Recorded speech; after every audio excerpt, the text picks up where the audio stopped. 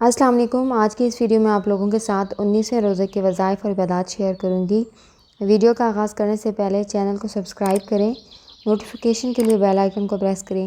اس کے ساتھ ہی مجھے فیس بک پیج اور انسٹاگرام پہ بھی فالو کریں۔ تو آئیے ویڈیو کا آغاز کرتے ہیں۔ سب سے پہلے تہجد کی نماز کے بعد 100 مرتبہ یہ درود پاک پڑھنا ہے۔ یہ درود اول کہلاتا ہے۔ اس درود کے پڑھنے والا مقرب الہی ہے۔ اسے اللہ تعالیٰ ہر قسم کی کامیابیوں سے نوازتا ہے اور تمام بیماریوں سے شفا عطا فرماتا ہے۔ اسے عبادت میں لطف آتا ہے۔ اس درود شریف کو باوضو پڑھنا بہت ضروری ہے۔ اس کے بعد فجر کی نماز کے بعد پارہ نمبر 30 سورہ فجر 1 مرتبہ پڑھنا ہے، اور ظہر کی نماز کے بعد 11 مرتبہ پارہ نمبر 18 سورہ نور آیت نمبر 63-64 پڑھنا ہے۔ تمام باطنی بیماریاں مثلاً حسد، کینہ، عداوت، بخل، ذہن میں سستی، بزدلی وغیرہ کو دور کرنے کے لیے ان آیات کو 40 دن تک روزانہ 21 مرتبہ پڑھنا مجرب عمل ہے۔ اس عمل کے دوران ترک حیوانات ضروری ہے۔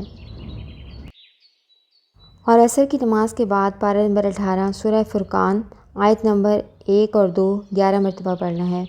جس شخص کے کان میں درد ہو اور کسی علاج سے فائدہ نہ ہو، وہ شخص خود یا دوسرا شخص باوضو ہو کر 21 مرتبہ ان آیات کو پڑھ کر پانی پر دم کر کے 3 قطرے کان میں ٹپکائے، انشاءاللہ فوراً درد جاتا رہے گا۔ اور مغرب کی نماز کے بعد 11 مرتبہ پارہ نمبر 18 سورہ الفرقان آیت نمبر 48-49 11 مرتبہ پڑھنا ہے۔ اگر بارش نہ ہوتی ہو تو عرق گلاب میں زعفران حل کر کے ان آیات کو لکھیں، پھر اسے جنگلی کبوتر کے گلے میں کسی دھاگے کے ساتھ باندھ دیں، انشاءاللہ 7 روز میں بران رحمت ہو جائے گی۔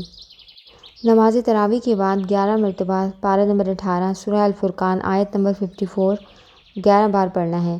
اگر کسی کے بیٹے یا بیٹی کا رشتہ نہ ہوتا ہو تو وہ مراد پوری کرنے کے لیے 1000 مرتبہ 21 روز تک یہ آیت پڑھے، انشاءاللہ مراد پوری ہوگی۔ اور رات کو سونے سے پہلے 11 مرتبہ پارہ نمبر 18 سورہ الفرقان آیت نمبر 74 پڑھنا ہے۔ اگر کسی شخص کی بیوی یا اولاد نافرمان ہو اور وہ انہیں فرمانبردار کرنا چاہے تو وہ 21 روز تک عشاء کی نماز کے بعد 500 بار اس آیت مبارکہ کو پڑھے، مجرب ہے۔ اور یہ تھے 19ویں روزے کے وظائف اور عبادات۔ امید ہے آپ کو ویڈیو پسند آئی ہوگی۔ اگر پسند آئی ہے تو اس کو لائک اور شیئر ضرور کیجیے گا، کیونکہ نیکی کی بات پھیلانا صدقہ جاریہ ہے۔ اور اگر آپ نے اب تک ان ویڈیوز کو نہیں دیکھا تو انہیں بھی ضرور دیکھیں اور مجھے اپنی دعاؤں میں ضرور یاد رکھیں۔